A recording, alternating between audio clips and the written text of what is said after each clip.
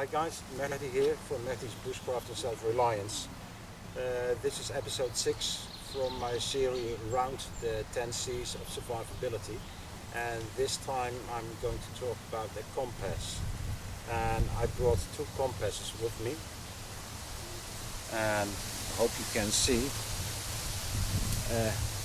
This is the Recta compass and the Silva compass. In fact, they both work the same way, only this one is more advanced because it's got a small mirror, and I'm going to show you later where we use it for. So now I'm going to explain the compass.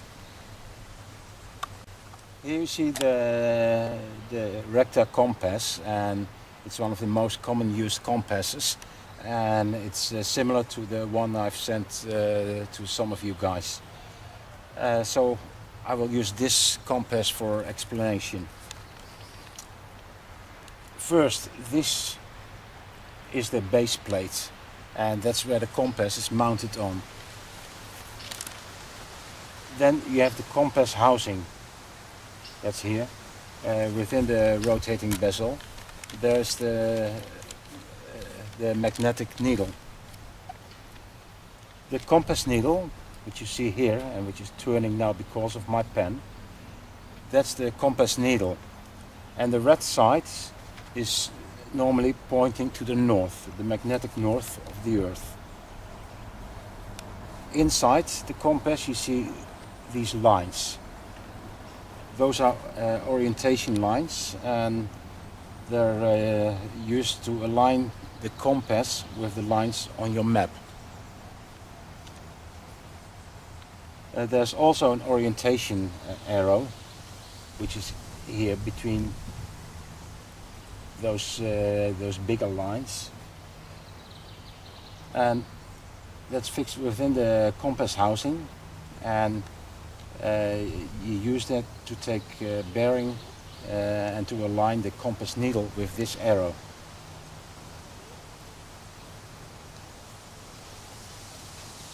Then here's another point, and that's a fixed point, you can't change it. And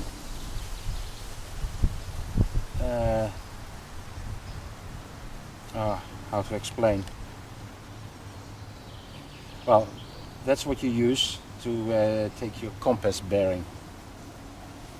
Then there, at the end, there's a direction arrow, and that's the direction in which you will travel. It's also called a travel arrow.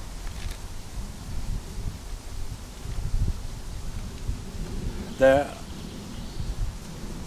you have to know there are 3 north points. First of all, there's the true north, which is in the middle of the North Pole, and you can ignore that because it's not for purpose of navigation. The second is the grid north, and that's the north of your map. And nowadays, all ordnance survey maps are the top of the maps are pointed to the north.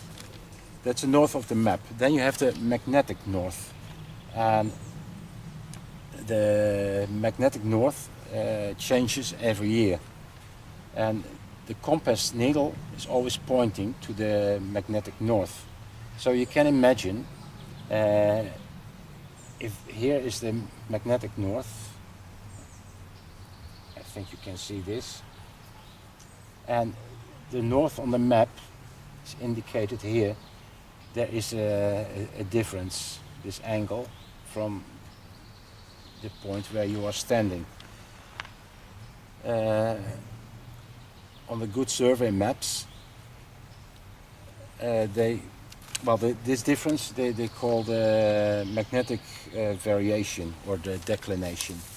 And more expensive compasses, they have a small screw so you can adjust the needle, so it will point to the north, which you have on your map. On the map legend, it will tell you what the magnetic variation is at the time the map was printed. And if you know that and you know the year, you know how much you have to change your direction. For example, if the magnetic north is estimated at 2 degrees and 22 minutes and 2 degrees and 24 minutes of the grid of the north of your map, and that's in July 2011, and the annual change is approximately 0.9 degrees east. Then you know it's now 2013 how many degrees you have to change to the right. But for us bushcrafters, it's useful to know, but it's not the most important thing. The thing is that you have to find your way back home.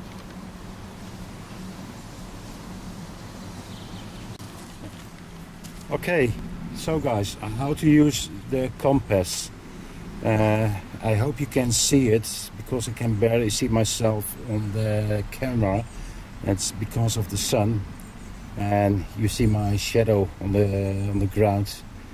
And luckily we have some sun now. But I'll try to explain to you. This ring you can rotate, and here you see N, which stands for north. And the compass needle is pointing that way, so I have to turn my compass, and then it's aligned with the north, that direction. But I don't want to walk to the north. I know I have to go to the east. So what I do, I turn this, and I won't talk about the degrees now because that's too complicated for the first time. But here's a small E for east, and I align it with this arrow. Then I turn my compass until the red part of the needle is here in the house. That's where it has to stay. Now I know I have to walk this way, and I can hold my compass in front of me, and I take a point, for example a tree or something else, and I walk straight towards it, and then I take my bearing again and see if I have to correct a little bit. But with this on east, the needle in the house, then this indicates the direction, which is east at the moment. You can also say you want to go 120 degrees east, also 120. I turn my compass slightly, the needle should be in the house, then this is 120 degrees eastwards. That's how it works, and if you know that and you can use that, it's very simple to find your direction. I promise you I would show you the rector compass. I'm standing behind my camera, but it feels a bit strange. I hope you can see it. I open the compass by pulling the cord, and the mirror gets out. I can look on the compass, and it looks the same like the silver plate compass.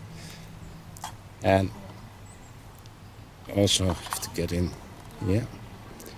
This I can turn, and you see here the points, the house where the needle, the red part of the needle, has to get in. Okay, now I show you the mirror. And the mirror is very useful because you can put the compass just in front of you, and you look in the mirror to see what you're doing. And hope it's visible on cam. But right now, as you see, the needle is in the house. The red part of the needle is in the house, just here. Now working with the mirror, it's even more complicated. And when you look on top, you see that the direction is between 130 and 140, 135 degrees. So if that's the direction, and I won't change it now, otherwise I have to change the standpoint of my camera. If that's the direction I have to go to, I just turn my compass until the needle is in the house again, and I look over my compass, and that's the direction where I have to go to. I hope it's all clear, because I can't see myself or I can't see what I'm doing, but I hope you understand. Okay guys, one of the methods to get your direction, north, south, east and west, by the sun is you search for a flat surface, like here, and you put a stick vertically in the ground. There isn't much sun at the moment, so I'm waiting for some shadow. But meanwhile, I will explain you the basic principle. The sun is going from east to west and goes through the south. That means in the south, when standing in the south, it gives a shadow to the north. Well, we have shadow now. I go to the end of the shadow of the stick and I mark it like this. The sun is going from east to west, so it's going that way. That means the second shadow should be somewhere over there. I have to wait about 15-20 minutes before I can put the other sign, and then I will explain you more. Okay, it's now about 20 minutes later, and as you can see, the shadow has moved. This was my first indication point, even like here. My second point is here, which means that this is the west and this is this. I want to write Z from south, which is Dutch, which should be, and I mean east. Okay, never mind. Would be Oost in Dutch. Oh, it's all confusing. So this is the east-west line. And I can draw a line here. Then I make a cross, and that means that's a north-south line. And because the sun is going through the south, this must be south and this must be north. And I'm going to check it with my compass. And indeed it's, I don't know if you can see it, but the red needle is pointing that way, which is north. So now, without a compass, I've got the 4 directions: north, south, east and west. And I can use this method in case I don't have a compass with me, or if I lose my compass and when I get lost and I only know I have to go to the southeast. This is south, this is east, and this is southeast. I'm going that direction. And the way I do it is walking from tree to tree. And then I look back if I moved to see if I moved in a straight line. Then I go to my 3rd point and I look at the 1st point. Then the 2nd point should be in the middle of the line. And then I know I'm right on my way home. I think this is useful when you're out in the bush. Okay guys, there's another method which you can use if you're wearing a watch, and not a digital watch but an analog watch like this one. What you do, you have to point the small arm towards the sun. Only we have a small problem in Holland. We have summertime, so in springtime we go 1 hour ahead. To get closer to the real time, you see it's almost 3 o'clock. So I have to take 2 o'clock. And I point that in the direction of the sun. Then I get the distance between the 12 and the 2, and just in the middle, which is in this case obviously 1, that should indicate the south. It indicates that direction, and maybe you remember the sun compass. It's pointing the same direction. That's how I find the south. And then the other side must be north, east and west. So that's another method to get my direction. Something I wouldn't recommend is to travel at night, because at night it can be very dangerous. You can't see where you're walking, you can fall down, break a leg, and you have to stay there all night until someone finds you. But in an emergency situation, it might be necessary to move to another place. And when you're lost, when you're in a survival situation, sometimes the only chance is to travel at night. Of course you can use your compass, but imagine you lost your compass, you lost your watch, and there's no sun. What can you do? Well, there is a solution. You can use the stars. And right now I'm going to show you how to do your navigation by stars. During the night you can navigate on the stars. The first group of stars you have to find is the Big Dipper.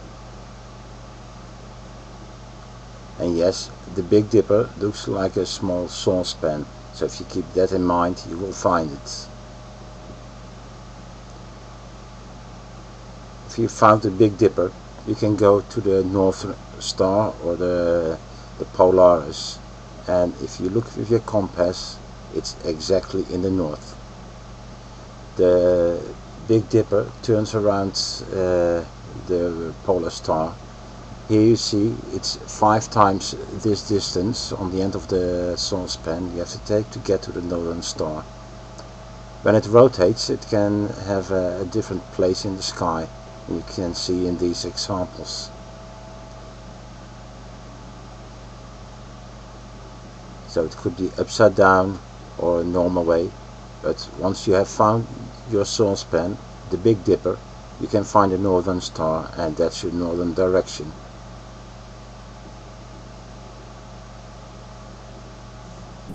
I hope you enjoyed this video, and I hope that everything was clear for you, because it's very difficult to explain certain things.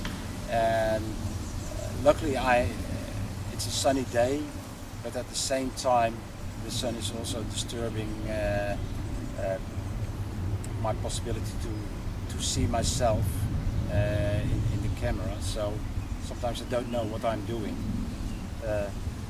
I'll see if that helps. My conclusion is, always take a compass with you, and preferably a flat compass like this silver, or I mean rector compass, or the compass I've sent to some of you guys. But the compass is not something magic, and it can bring you to or lead you to the wrong way, and so you won't get home. One of the things is interference of metal or electricity. That creates a magnetic field, and the needle of your compass will swing around. And I'll show you. Maybe Rob, you can show the.